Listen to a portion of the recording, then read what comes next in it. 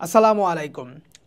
তো তোমাদের হাতে সময় আছে প্রায় 30 দিনের মতো। এই শেষ 30 দিনে সাধারণ জ্ঞানে কোন টপিকগুলোর উপর আসলে তোমরা রিভিশন দিবে বা কোন টপিকগুলো নিয়ে লাড়াচাড়া করবে সেটা আমি তোমাদের কাছে একটু ক্লিয়ার গাইডলাইন দেওয়ার জন্য ভিডিওটা করা। তো যে সময় ভিডিওটা করতেছি অলরেডি তোমাদের মধ্যে একটা প্যানিক ছড়ানো যে এবছর আন্তর্জাতিক অ্যাড হয়েছে। সো আলটিমেটলি আমি আন্তর্জাতিকের তো কোনো সীমানা নাই, সীমা পরিসীমা নাই। আমি যদি 30 থেকে 40টা টপিকও দেই, আন্তর্জাতিক যে সব কমন পড়বে তার কোনো গ্যারেন্টি নাই। অর্থাৎ তোমাদেরকে শুরুতেই ভিডিও শুরুতে একটা ডিসক্লেমার কিছু কথাবার্তা বলে দিই আন্তর্জাতিক সম্পর্কে। সো এই ভিডিওটার মধ্যে আন্তর্জাতিক জিকের অ্যানালাইসিস নিয়েও থাকবে এবং আমাদের টোটাল মেডিকেল ভর্তি পরীক্ষায় কী জিকে আসতে পারে কমপ্লিট একটা সামারি থাকবে, ঠিক আছে? সো সবাই মনোযোগ দিয়ে ভিডিওটা দেখবে একদম শেষ পর্যন্ত, কারণ এখানে তুমি অবশ্যই তোমার শিক্ষণীয় আছে, ঠিক আছে? সো শুরুতেই বলি, আন্তর্জাতিক এমন একটা মানে টপিক, এখানে যদি আমি তোমাকে 30 থেকে 40টা টপিকেও পড়াই, ঠিক আছে, যতগুলো ধরো সেই টু সে আন্তর্জাতিক আসবে ধরো 10টাই আসলো, কথা বলতেছি, 10টা তুমি কমন পাবা এটার কোনো গ্যারেন্টি নেই। তার মানে এমন একটা পার্ট নিয়ে তোমার সারাদিন বসে থাকা একদম কমপ্লিট ওয়েস্টেজ। সো এইবার মেডিকেল ভর্তি পরীক্ষায় তারাই সবচেয়ে ভালো করবে, কথাটা খুবই ভালো করে মনোযোগ দিয়ে শোনো। এই বছর মেডিকেল ভর্তি পরীক্ষা তারাই ভালো করবে যারা আন্তর্জাতিক নিয়ে বেশি মাথা ব্যথা করবে না। যতটুকু পারবে, এই 1 মাস হাতে সময় বাকি আছে, এই 1 মাস সময়ের মধ্যে যতটুকু সে পারবে ততটুকু আন্তর্জাতিক দেখবে, মাথায় না ধরলে সে ছেড়ে দেবে। অর্থাৎ আমার আন্তর্জাতিক আসবে কয় মার্ক একটু চিন্তা করে দেখো। যদি 10টা জিকে প্রশ্নের মধ্যে হাইয়েস্ট 4টা বা 5টা হাইয়েস্ট প্রশ্ন আন্তর্জাতিক থেকে থাকবে, হাইয়েস্ট, তাও আমার মতে গাট ফিলিং অনুযায়ী 4টার বেশি আন্তর্জাতিক যাবেই না, ঠিক আছে, গাট ফিলিং অনুযায়ী। তো এই 4টা বা 5টা প্রশ্নের জন্য আমি 95% প্রশ্নের প্রিপারেশান আমি হ্যাম্পার করতে পারবো না। সো 95 নাম্বারের প্রিপারেশানকে বারবার শক্ত করতে হলে কী করতে হবে? রিভিশন বারবার দিতে হবে। ওই মার্ক যাতে আমার নিশ্চিত হয় সেদিকে তারাই লক্ষ্য রাখবে যারা এই বছর চান্স পাবে। সো চান্স পাওয়ার মেন্টালিটি হবে এই বছর এইটাই যে তুমি সাধারণ জ্ঞানের এই 5 মার্ক অর্থাৎ আন্তর্জাতিকটা মনে মনে ধরে নিবা তোমার নাই ধরে প্রিপারেশান নিবা, ওই 95%কে যত বেশি স্ট্রং করা যায় আর এইটাকে যতটুকু আপগ্রেড করা যায়, যতটুকু মাথায় নেওয়া যায়, বাট এইটার উপরে বসে থাকা যাবে না। ক্লিয়ার? সো এই জিনিসটা তোমাদেরকে ক্লিয়ার করলাম যে এবার চান্স পাওয়ার মেন্টালিটি কী হবে। সো আসো ওভারঅল যদি তাও তোমার আন্তর্জাতিক পড়তে হয়, মোটামুটি তোমাকে 12টা টপিক দিয়েছি, বা 12টা টপিকের সব টপিককে তোমাকে খুব ভালো করে পড়তে হবে এমন না। আমি কেন তোমাকে হাইয়েস্ট টপিক দিয়েছি এগুলোর উপর ইমফেসিস করবা, এবং বাংলাদেশেরও কিছু টপিক দিয়ে দিছি, এরকম 12-13টার মতো দেয়া আছে, যেই টপিকগুলোতে তোমরা মোটামুটি ফোকাস করবা শেষ সময়গুলোতে। তো আসো, আমাদের কমপ্লিট জিকেটাকে আসলে দুইটা ভাগ করা যায়, একটা হচ্ছে মৌলিক জিকে, আরেকটা হচ্ছে সাম্প্রতিক জিকে। অর্থাৎ যেই জিকেগুলো কোনোদিনও পরিবর্তন হয় না সেটা হয় মৌলিক জিকে, সেটা বাংলাদেশ পার্টেও সত্য, সেটা আন্তর্জাতিক পার্টেও সত্য। তো এমন জিকেগুলা কারেক্ট করার ট্রাই করাটা আমাদের সবচাইতে উচিত। তো আমার মতে আসলে যারা আন্তর্জাতিকে দুর্বল তাদের উচিত হবে কি, মৌলিকটা যাতে তারা ঠিকঠাক করে ফেলে। অর্থাৎ আন্তর্জাতিকে যারা সাম্প্রতিক পড়তে পারবে না, কারেন্ট অ্যাফেয়ার্স, এই বই উমুই বই, এত কিছু সামারি করে যারা পড়তে পারবে না, অথবা কোচিং থেকে তো দিবে, তুমি যেই প্ল্যাটফর্মে কোচিং করতেছো না কেন বা যেই অনলাইন কোচিং হোক অফলাইন কোচিং হোক, তোমাকে কোচিং থেকে একটা শিট দিবে। তো ওইটা পড়ে যদি তোমার কাছে মনে হয় যে ব্যাপক লেখা, ঠিক আছে, তুমি জাস্ট মৌলিক অংশটা পড়বো, অর্থাৎ মৌলিক জিকে যেগুলো কোনো পরিবর্তন হয় না। সো আন্তর্জাতিকে এমন কিছু টপিক আছে যেগুলো পরিবর্তন হয় না, বাংলাদেশের এমন কিছু টপিক আছে যেগুলো পরিবর্তন হয় না। সো এইটাতে এমফেসিস করলেও আমি তোমাকে বলতে পারি অন্ততপক্ষে তুমি 10-এর মধ্যে 6-7 পেয়েই যাবা, ঠিক আছে? সো কোন জায়গায় ফোকাস করতে হবে এটা বললাম। এছাড়াও সাম্প্রতিকটা দেখতে হবে, কী কী দেখতে হবে, ওভারঅল টপিক আমি তোমাদেরকে দেখাচ্ছি। আসো, শুরুতে আমাদের বর্তমান বাংলাদেশের একদম সাম্প্রতিক বৈষম্য বিরোধী ছাত্র আন্দোলন, এই যে জুলাই অভ্যুত্থান, একে ঘিরে কিভাবে সরকার পতন হইলো, দেন হইলো আমাদের অন্তর্বর্তীকালীন সরকার কিভাবে গঠিত হইলো, এবং অন্তর্বর্তীকালীন সরকারের প্রধান ডক্টর ইউনূস সম্পর্কে কিছুটা ধারণা নিয়ে রাখতে হবে। অর্থাৎ টোটাল এই টপিকটা তোমাদের পড়া লাগবে। সো এই টপিক নিয়ে আমরা অলরেডি আমাদের যারা বই কিনছো জিকে অ্যানালিসিস মেগাবুক, তারা তো সুবিধা পাচ্ছই, আমরা এই টপিকটা ইনক্লুড করে দিয়ে আমরা বইটা পাবলিশ করছিলাম, ঠিক আছে? সো এটা আমরা বুঝতে পেরে পাবলিশ করছিলাম। আর যারা কিনো নাই তারা এখনও কিনতে পারো, অর্ডার করার লিঙ্ক দেওয়া আছে ডিসক্রিপশনে, ঠিক আছে? আচ্ছা, এরপরে আসি চিকিৎসা খাতে বাংলাদেশের কোনো সাম্প্রতিক অর্জন, ঠিক আছে?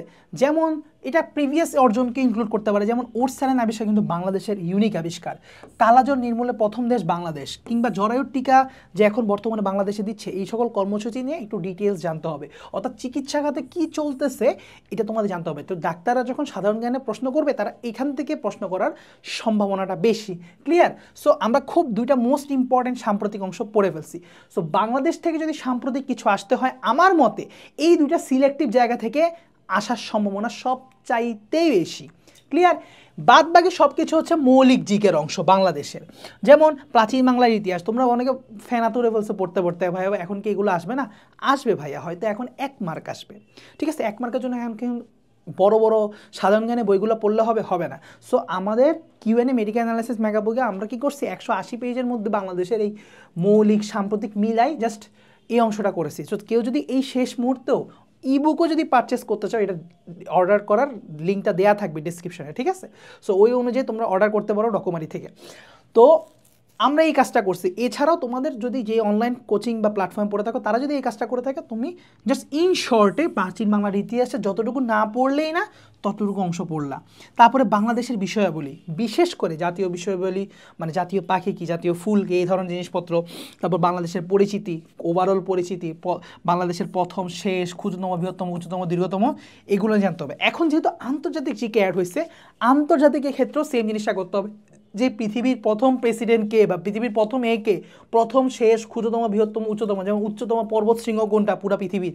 সো এরকম বাংলাদেশের পাশাপাশি পুরা আন্তর্জাতিকটাও জানতে হবে, এই ধরনের বিষয়গুলো, ঠিক আছে? তারপর জিআই পূর্ণাঙ্গ একটু জানবা, হ্যাঁ, এগুলো প্রশ্ন আসতো মেডিকেলে।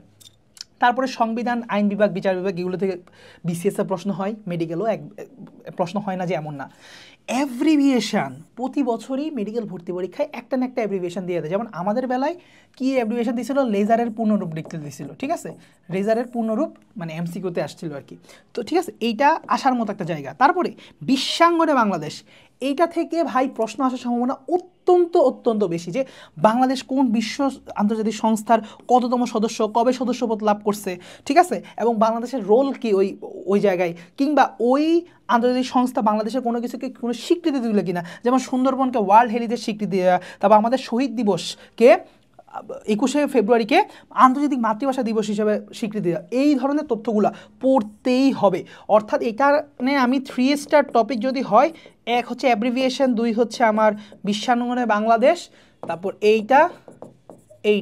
সো অনেকগুলো 3 স্টার টপিক বসছে, প্রত্যেকটা থেকে একটা করে এমসিকিউ আসার মানে দাবি তারেরা, এতটা ইম্পর্টেন্ট। সো 4টা তো এদিকে হয়েই গেল। আর মুক্তিযুদ্ধ থেকে তুমি যদি কেউ মনে করে যে প্রশ্ন এবার হবেই না, এটা আমার মতে রং। কেন? কারণ হচ্ছে কি, মুক্তিযুদ্ধ থেকে আগে হয়তো 5টা-6টা করে প্রশ্ন আসতো, এবার যে একদমই দিবে না সেটা তো বলে নাই। বাংলাদেশ তো আছে, এবং বাংলাদেশের ইতিহাসের ওতপ্রোত একটা পার্ট হচ্ছে কি মুক্তিযুদ্ধ। সো এখান থেকে মিনিমাম একটা কোয়েশ্চেন দিবে না, এটা অ্যাকচুয়ালি আমাদের মুক্তিযুদ্ধকে কেন জানি অপমান করা হবে, ঠিক আছে? সো আমার মনে হয় প্রশ্নকর্তারা একটা হইলেও মুক্তিযুদ্ধ থেকে প্রশ্ন দিবে। সো এটাকেও কেউ ইগনোর করো না। তোমরা অনেকে মনে করতে পারো আরে মুক্তিযুদ্ধ এবার হয়তো দিবে না আর, ঠিক আছে? আরে না রে বাবা, বাংলাদেশের ইতিহাসের সাথে তো মুক্তিযুদ্ধ খুবই ওতপ্রোতভাবে জড়িত। সো বাংলাদেশের জিকে আসতেছে যেখানে মুক্তিযুদ্ধ নিয়ে, সেখানে একটা প্রশ্ন হবে না, এটা আসলে মানা যায় না। তাইলে আমি যেগুলো 5 স্টার বলছি বা 3 স্টার বলছি, সেগুলো চরম গুরুত্ব দিয়ে দেখবা। এছাড়াও যে টপিকগুলো দেওয়া আছে এগুলো দেখার চেষ্টা করবা। ইনশাল্লাহ বাংলাদেশ থেকে যদি 5টা প্রশ্ন হয় কিংবা 6টা প্রশ্ন হয়, 5টা বা 6টা প্রশ্ন হয়, তোমরা 5টা বা 6টা প্রশ্নের মধ্যে অন্ততপক্ষে 5টা প্রশ্ন পারবা। আমি এটা গ্যারান্টি দিয়ে বলে দিতে পারি, যদি তুমি এই টপিকগুলোর উপর ইনশাল্লাহ ফোকাস দিয়ে তুমি রিভিশন দিতে পারো অথবা পড়া শুরু করতে পারো, ঠিক আছে? এখন আসো আন্তর্জাতিকের ব্যাপারটা বলি। আন্তর্জাতিকে সেকেন্ড ওয়ার্ল্ড ওয়ার নিয়ে তোমাকে একটু ধারণা থাকা লাগবে আমার মতে। জাতিসংঘ নিয়ে তোমার ধারণা থাকা লাগবে, বিশ্ব আন্তর্জাতিক সংস্থাগুলো নিয়ে আইডিয়া থাকা লাগে, যে বিশেষ করে সদর দপ্তরগুলো কোথায়, যেমন বিভিন্ন আন্তর্জাতিক সংস্থার সদর দপ্তরগুলো কোথায়, এরা তোমার জানা থাকা লাগবে, ঠিক আছে? সো এইটা এখানে সবচাইতে 3 স্টার টপিক হচ্ছে সদর দপ্তর। তারপরে বসন্ত 2024, অর্থাৎ বাংলাদেশ সিরিয়াতে যে ইন্টারন্যাশনাল ইস্যু, যে বাংলাদেশে একটা স্বৈরাচার পতন হয়েছে, তারপরে হচ্ছে সিরিয়াতে স্বৈরাচার পতন হয়েছে। সো এরকম ইতিহাস বেসিক্যালি এখন যে রিসেন্ট ইতিহাস, এই রিসেন্ট বসন্ত 2024 এটা তোমাকে জানা লাগবে, ঠিক আছে? তো জিকের খাতিরে সবই পড়তে হবে, কিছু করার নাই। এখন বিশ্বে চলমান যুদ্ধ, এই যে যুদ্ধ এইগুলো জানা লাগবে। রাশিয়া ইউক্রেন, তারপর হচ্ছে তোমার ইসরায়েল ফিলিস্তিনের মধ্যে যে যুদ্ধগুলা, বিশ্বে চলমান যুদ্ধ, এগুলো হচ্ছে রিসেন্ট জিকে। সো এগুলো রিসেন্ট জিকেগুলো পড়তে হবে। আন্তর্জাতিক বিভিন্ন চুক্তি, যেমন বাংলাদেশের সাথে কিন্তু ভারতের চুক্তি বেশি, কিছুটা করার নাই। সো ভারতের সাথে যেমন আন্তর্জাতিক পানি চুক্তি, আদানির বিদ্যুৎ চুক্তি, সো এই ধরনের চুক্তিগুলো নিয়ে একটু জানার চেষ্টা করবা। বাট আমি যদি বলি যে মৌলিক জিকের অত্যন্ত ইম্পর্ট্যান্ট পার্ট হচ্ছে এই জাতিসংঘ, আন্তর্জাতিক সংস্থা, তারপর সেকেন্ড ওয়ার্ল্ড ওয়ার, এটা মোটামুটি 1 স্টার বা 2 স্টার দেওয়া যায়। সো এগুলো তোমার মৌলিক জিকের পার্ট, এগুলো খুব ভালো করে পড়ে ফেলো, কারণ এগুলো থেকে প্রশ্ন আসতে যাতে মিস না হয়। যেগুলো রিসেন্ট জিকে সেগুলো দেখবা যে অনেক পড়েও হয়তো কমন ফেলতে পারো নাই, কিন্তু যেগুলো মৌলিক জিকে সেগুলো একটু কম পড়েও মোটামুটি দেখা যায় কি কমন পড়বেই, ওগুলো থেকে পড়লেই কমন পড়বে। ঠিক আছে, তারপরে আসো খেলাধুলা। এখান থেকে একটা প্রশ্ন আগে মেডিকেল ভর্তি পরীক্ষা অনেক বেশি আসতো, আমার কাছে কেন যদি মনে হয় এই ট্রেন্ডটা এবার ফিরে আসবে, যে একটা খেলাধুলার প্রশ্ন থাকবে, সেটা হোক ক্রিকেট, সেটা হোক ফুটবল, সেটা হোক অলিম্পিক সাব গেমস। কিন্তু সমস্যাটাই যে জায়গায় খেলাধুলার পরিধিটা অনেক বড়, তাই আমি বলবো যাদের খেলাধুলা সম্পর্কে আইডিয়া কম, তারা এই টপিকের এই সমুদ্রের সাগরে ভাসতে যায়ও না শেষ মোমেন্টে। তুমি একান্তই যদি দেখতে চাও বাংলাদেশ ক্রিকেট নিয়ে একটু দেখো, বাংলাদেশ ক্রিকেট অর্থাৎ রিসেন্ট বাংলাদেশ কোন টেস্ট খেলছে বা কোন ক্রিকেট খেলায় কার সাথে কত রানে জিতছে, রিসেন্ট বাংলাদেশের তথ্যগুলো জাস্ট নাও, ক্রিকেট খেলার ব্যাপারে মোর দেন এনাফ, তুমি আর এটা দেখতে যাইতে চাও না। আর যদি জানতে চাও বাংলাদেশ ক্রিকেটের সূচনাটা জানো, যে কখন টেস্ট স্ট্যাটাসের মর্যাদা পাইছে, কখন বাংলাদেশ মানে ওয়ার্ল্ড কাপ খেলা শুরু করছে, অর্থাৎ এইগুলো একটু জানার চেষ্টা করো। অর্থাৎ বাংলাদেশের ক্রিকেটের একদম সূচনার দিকের তথ্যগুলা, আর একদম এখনের রিসেন্টের তথ্যগুলা, যে কার সাথে কে জিতছে, মাঝখানের তথ্য নিয়ে কোনো দরকারই নাই। ঠিক আছে, ক্রিকেটের ব্যাপারে জাস্ট জানো, আরও অনেক খেলাধুলা আছে, এগুলো নিয়ে এখন চিন্তা করতে গেলে আসলে পারবা না। ঠিক আছে, তারপর নোবেল পুরস্কার, হ্যাঁ নোবেল প্রাইজ কারা পাইছে বিগত বছর, মানে রিসেন্ট কয়েক ইয়ারে, সেগুলো একটু জানবা। তারপরে বর্তমানে কিন্তু কয়েকদিন আগে ইউএসএ নির্বাচন হয়েছে, ইউএসএতে যুক্তরাষ্ট্রে তোমার প্রেসিডেন্ট নির্বাচন হয়েছে, সো সেটা দেখবা।